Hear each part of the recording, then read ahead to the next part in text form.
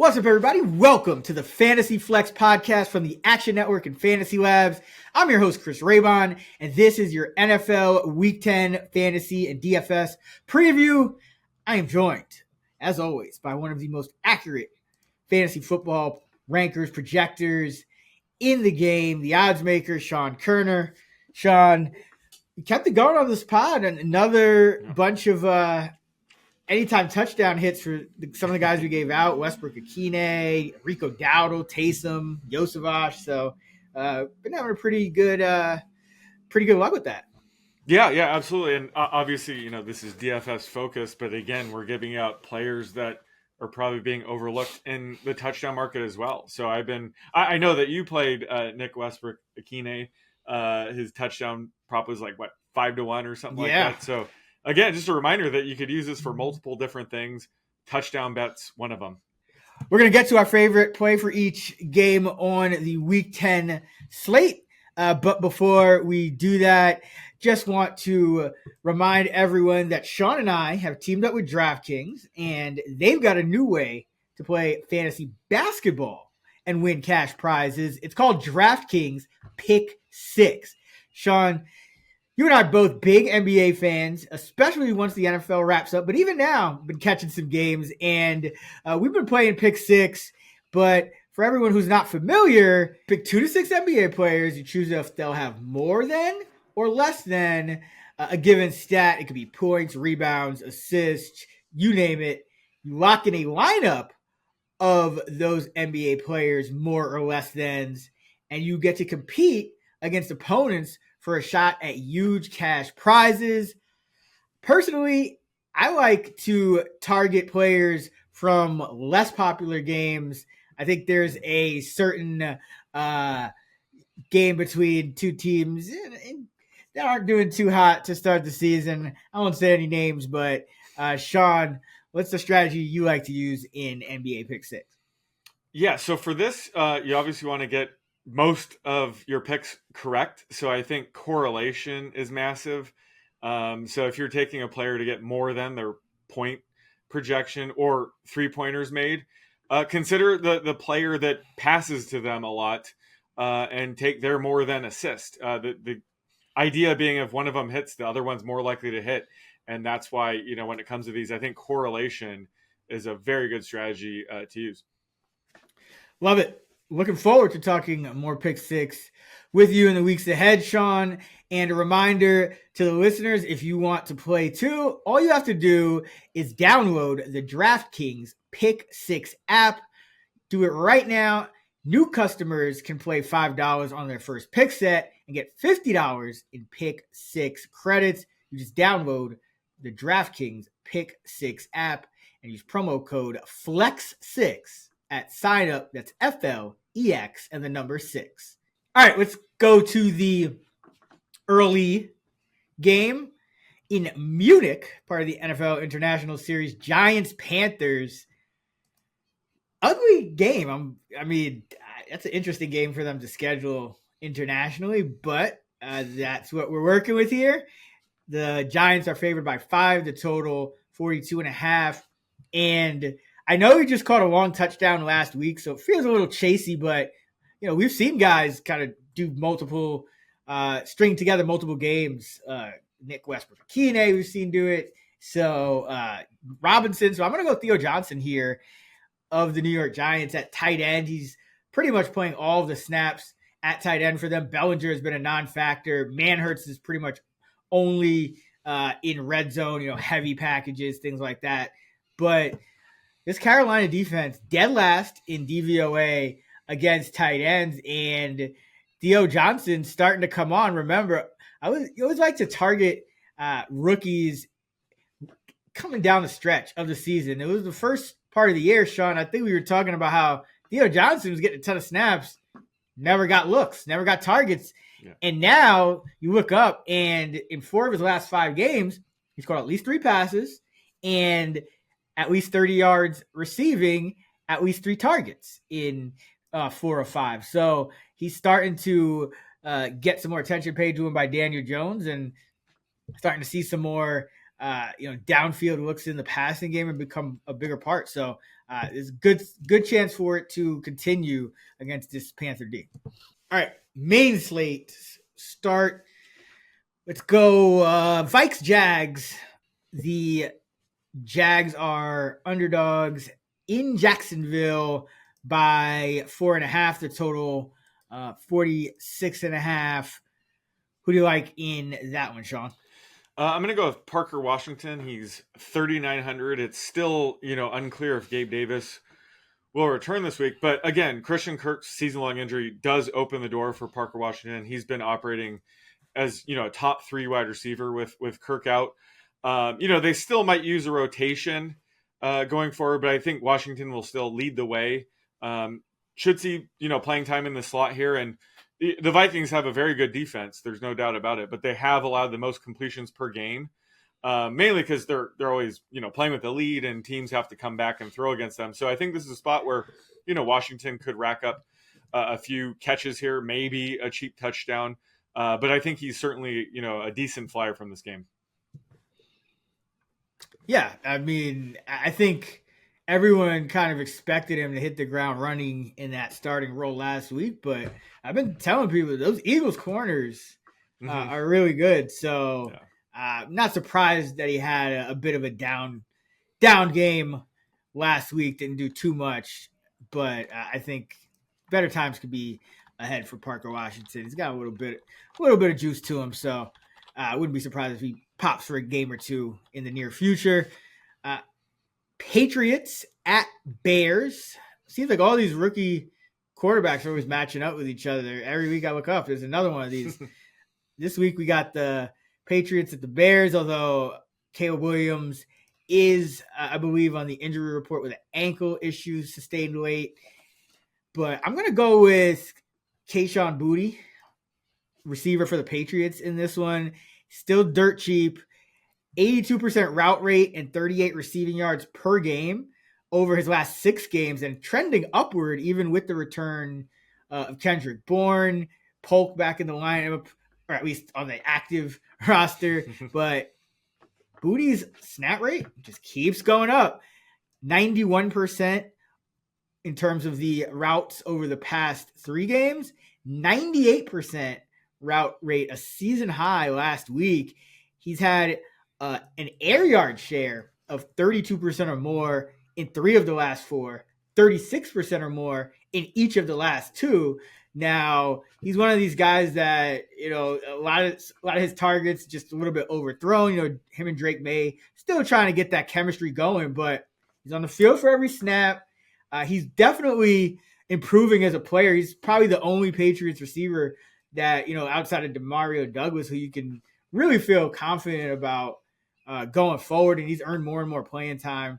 So Bears are a little bit of a tougher defense. So I don't think too many people will be on him, but you got to take a 90+% route rate and deep targets at this price. So give me the Boutte. Pittsburgh.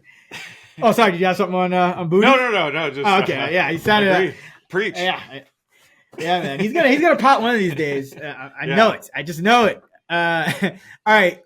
Good one. Commanders hosting the Steelers. Commanders short favorites. The total around 44.5. Who do you like in this matchup? Jaylen Warren at 5,300, and I talked about him on our projections pod, but I'm high on him this week. He is having a down year.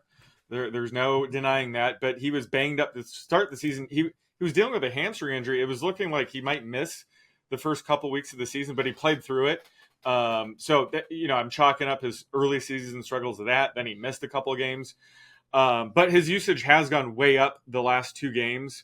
And they just had their bye. So I think this is going to be the healthiest he's been all season.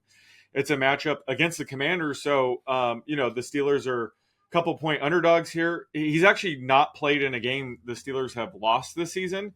And those are really the game scripts where Warren would, thrive in. So if they get down, he's going to get more playing time as the pass catching back. So like his upside here, he's 5,300. I doubt his rostership will be that high, at that price, especially considering he doesn't have, many good games to go off of this year. So he's going to be, low owned. I think he has a ton of upside here. So I think he's a sneaky play in GPPs this week.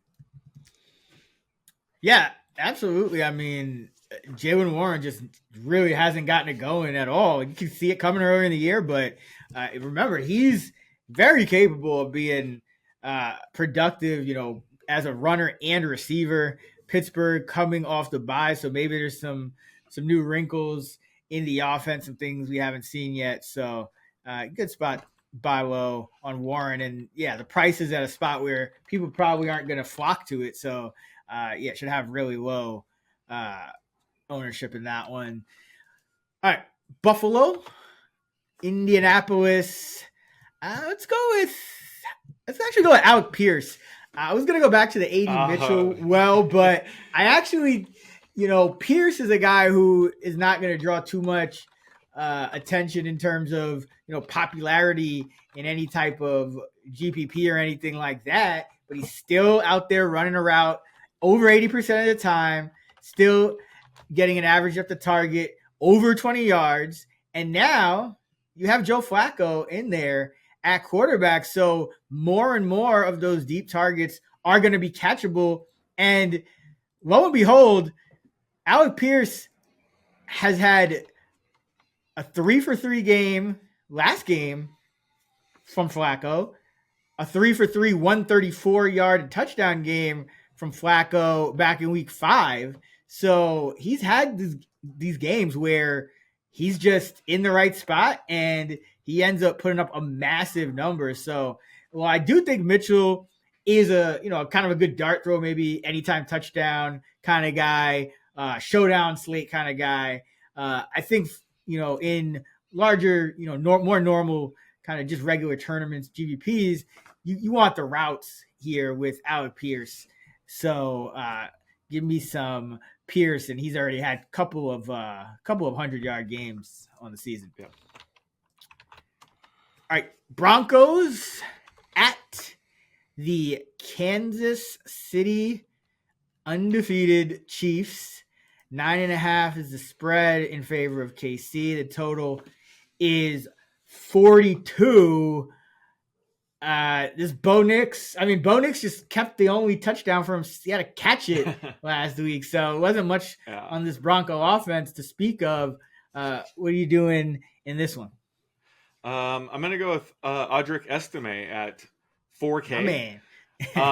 It sounds like he's expected to get more work going forward. And the last time Sean Payton hinted at that was Tyler Beatty, and he did get more works. He said that he's going by Bidet, right? I'm going to say Beatty. Yeah. Sean Payton's 1-for-1 on hinting at which running backs are going to get more work. He has been the more efficient running back on the ground, so it does make sense. And to be honest, this doesn't really set up as the best matchup for him, because if they do get in a trailing game script, that's going to be Javonte Williams. He's their pass catching back. But at least when the game's close, I think, we should see Estime out there quite a bit. I think it would make sense for him to be the goal line back. I don't think we've gotten any word on that, but he could certainly get some goal line carries here. But he's just a player that I think is about to trend up. Sean Payton has hinted at that. So why not take a flyer on him in this game? So I'm going to go with Estime at 4K. Yeah, and to be fair, this is actually not the first time Payton has hinted at this. He hinted at it before the Saints game, and Estime at the time got a season high in carries, but remember, he fumbled in that game. So then it was quiet for him for a few. And he actually said it again before this last game against Baltimore. And he's tied his season high with 5 carries, had 35 yards, a long of 21. So that was a career high. So he's definitely trending up. It's just that every time Sean Payton has tried to work him in more, he's done something silly on the field. He has 2 fumbles already. And I remember he had a bunch in preseason, or at least one or two I remember in preseason as well. So, but I've been kind of watching him too. I just think that, every time Denver tries to go back to the status quo with Javonte Williams, it's like, remember we talked about this, like he had one or maybe 2 or 3, but a couple of good games, and it was like, I don't know if I trust this guy. And then he's back to 20 carries for 40 yards again. It's just it just hasn't been consistent for Javonte. So I think at some point, and McLaughlin, he's been solid, but I don't know if he's built to take an every down role. So yeah, I think you're going to continue to see Estime with who has 5+ carries in 2 of his last 3. Wait, is that right? No, that can't be right. Maybe it is. Yeah, he has 5. He has 5 carries last game, 5 carries 2 games before that. Eventually, he's going to, I think, get into the double digits and be that number 2 back, kind of like what we saw Bidet, at almost due, but then he got injured that next game when he probably would have done it. So, yeah, they've been looking for something in the backfield for a while now. Sean Payton has. So, like Estime, let's go to the Falcons at the Saints. The Falcons are 3-point road favorites. The total is 46.5. I got a couple here. First one, obligatory, Taysom Hill, 4K. Kind of a weird, it's a little pricey for a tight end, but still cheap overall, and does it in the run game. He had 5 carries, 19 and a touch last week. He's now starting to do it in the receiving game, which I think makes him really intriguing. He had 4 catches, 5 targets last week, and he just has a number of ways to fill roles for the Saints team that they actually need. Remember, they're down Rashid Shaheed, starting receiver. They're down probably Chris Olave with that scary concussion. So, and Kendre Miller, their backup running back, went on IRs. Jamal Williams missed last game. So they had to re-sign Jordan Mims. So Taysom Hill, he's been taking some snaps in the backfield, fullback, running back, things like that. So he can do it all. And this Saints team desperately needs somebody besides Alvin Kamara offensively to step up. I mean, I think Mason Tipton was out there like every play and didn't register a catch last game. So I think you're going to continue to see more of Taysom.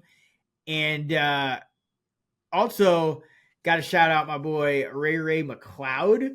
He's 4,300, and he's a guy just probably won't be super popular, but I just love the amount of snaps you're getting for the price, because this guy pretty much doesn't come off the field. Atlanta is almost always going to go with, 1-1 personnel, 3 wide receivers on the field.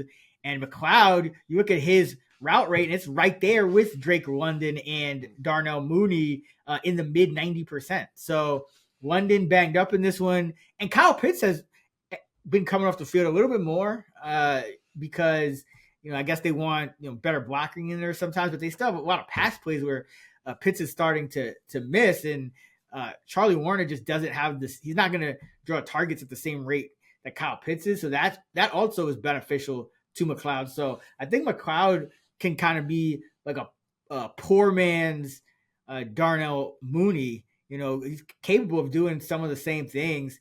Maybe a rich man's Wan'Dale Robinson, especially for this week. So yeah, I like the snaps I'm getting for the price. I haven't ranked inside the top 40 this week. Nice.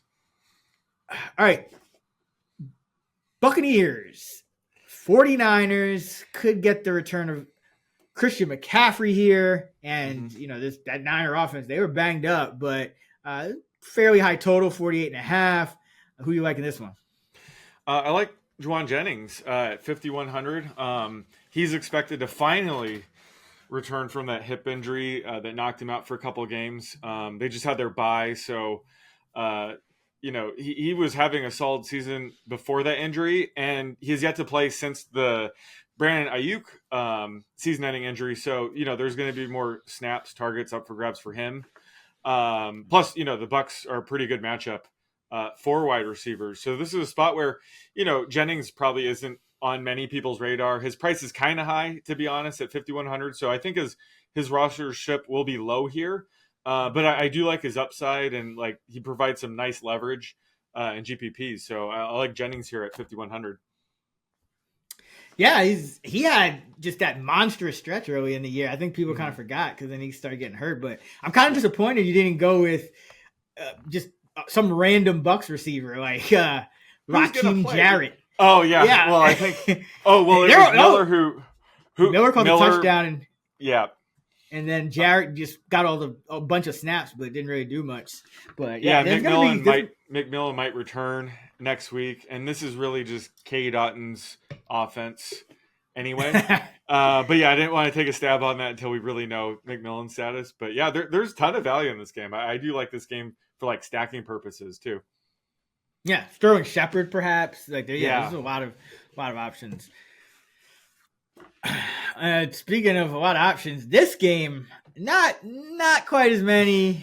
Although on one side maybe looking a little better, and that is the Titans at the Chargers. Chargers minus 7.5. The total 38. I'm going back to my guy Nick Westbrook-Ikhine. This guy does nothing if not show up in the red zone. Leads the Titans in targets inside the 10 with 5, and he's converted 4 of those into touchdowns. And I was telling you before we got on air on Convince Me, I was like, wow, I actually show value in an anytime touchdown. Usually those markets are inflated compared to our projections, and bet it. And sure enough, he found his way to the end zone again. And he's running a route on over 95% of Titan dropbacks since the DeAndre Hopkins trade. So he's on the field just as much as Calvin Ridley, but none of the pedigree. So Ridley's going to get the coverage. Westbrook-Ikhine he's been doing this for years now. Every time the Titans, which seems like every year, get a bunch of injuries at receiver, he starts the year like 5th on the depth chart. And next thing you know, he's starting and he's being productive. He's just a good football player. Did we have a comp for that? Like the Zach Pascal? He's better than Zach Pascal, in my opinion. Back in like the indie days, he would always pop up and like end up leading the team in receiving yards. yeah, he's like that. Like he's I think he's a better player than Pascal, but yeah, kind of similar impact. I wonder if I could see him like later in his career being like a DeMarcus Robinson type, just finally getting his targets. Or I could see him being like a key piece on like a bunch of Chiefs Super Bowl teams or something like that. Right. I think he's too good a player to just be languishing in this Titan squad going nowhere year after year. All right. Next up, we got the New York Jets at the Arizona Cardinals. It's an interesting matchup. These teams don't play very often. I feel like I remember. And what is it? No, I think I'm thinking. The Jets had the former Cardinal quarterback Chris Streveler. They didn't play each other. Just Streveler, I think, played at quarterback for the Jets at one point. It's a good answer for the perfect. What's that game that we play? The squares, yeah. Yeah, like Jets, Cardinals. There's not many. 0.4%. Yeah. But with that being said, Michael Carter, even better. Is Chris Johnson, right? Yeah, Chris Johnson. But those are all players that are not taking part in this game. So who do you like? The Cardinals are favored by 1. The total is 46. Yeah, I'm going cheap dart throw here. I'm going Xavier Gipson at 3K. Alan Lazard is still out. He's on IR, and they just traded away Mike Williams to the Steelers. So I think Gibson's going to be lining up in the slot quite a bit. Going to see, a ton of snaps here, a ton of routes. I think Malachi Corley would potentially eat into that, but after last week, I think he's in the doghouse after that play. So I think we could see Gibson like pretty much every snap where they have 11 personnel. So I think he's a great flyer here. He's also their returner too, so that's some nice upside as well. But I think Gibson after this Mike Williams trade, I don't know if people are going to know this or not, but I think he's going to step up here and be a starter. So I think he's a great play at 3K. Yeah, he has a couple of games, at least one that I remember this year where he was out there for all of the, wide receiver 3 slot kind of snaps. Mm-hmm. I think he's hit like 70%. It's just crazy though. Like, what are the odds that we get an actual dropped touchdown? And then we almost got another one with Kyle Pitts. That's like a once every 5-10 year thing Yeah. usually, and it's happened like a couple of times over the past few weeks. Just insane, man. Especially for your first touchdown. Was his first touch too? I think it might have been Had his to first be. touch. Yeah, I think it.